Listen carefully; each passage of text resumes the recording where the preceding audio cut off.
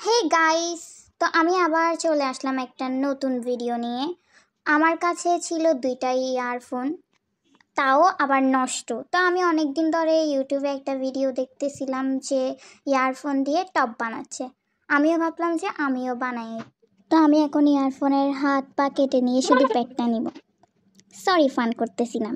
আমি ইয়ারফোনের সব কেটে নিয়ে শুধু তারটা নিয়ে নিচ্ছি, কারণ তার দিয়ে আমরা আসল জিনিসটা বানাবো, মানে লতা। তো এখন আমরা তারটাকে গ্রিন কালার দিয়ে কালার করে নিব। এরপর আমরা ক্লে নিব আর একটা ছোট্ট পট নিব। পটের মধ্যে ক্লে দিয়ে দিয়েছি। এবার আমরা দুইটা পেজির টুকরা নিব। তারপর এগুলাকে আমরা গ্রিন কালার করে নিব। এরপর এগুলাকে পাতার মতো করে কেটে নিব। প্রথমে আমরা ভাঁজ করছি, ভাঁজ করার পর কেটে নিচ্ছি। কাটার পর এবার আমরা পাতার শেপে কাটবো এটাকে। তো এখানে অনেকগুলাই হয়ে যাবে।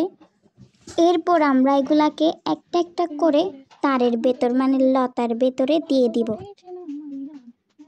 ভিডিওগুলো দেখতে যতটা সহজ লাগে, বানাতে ততটা সহজ না। এটা বানাতে আমার মনে হয় 2 ঘন্টা লাগছে, কিন্তু যেহেতু এটা ভিডিও সেজন্য কম টাইম লাগতেছে।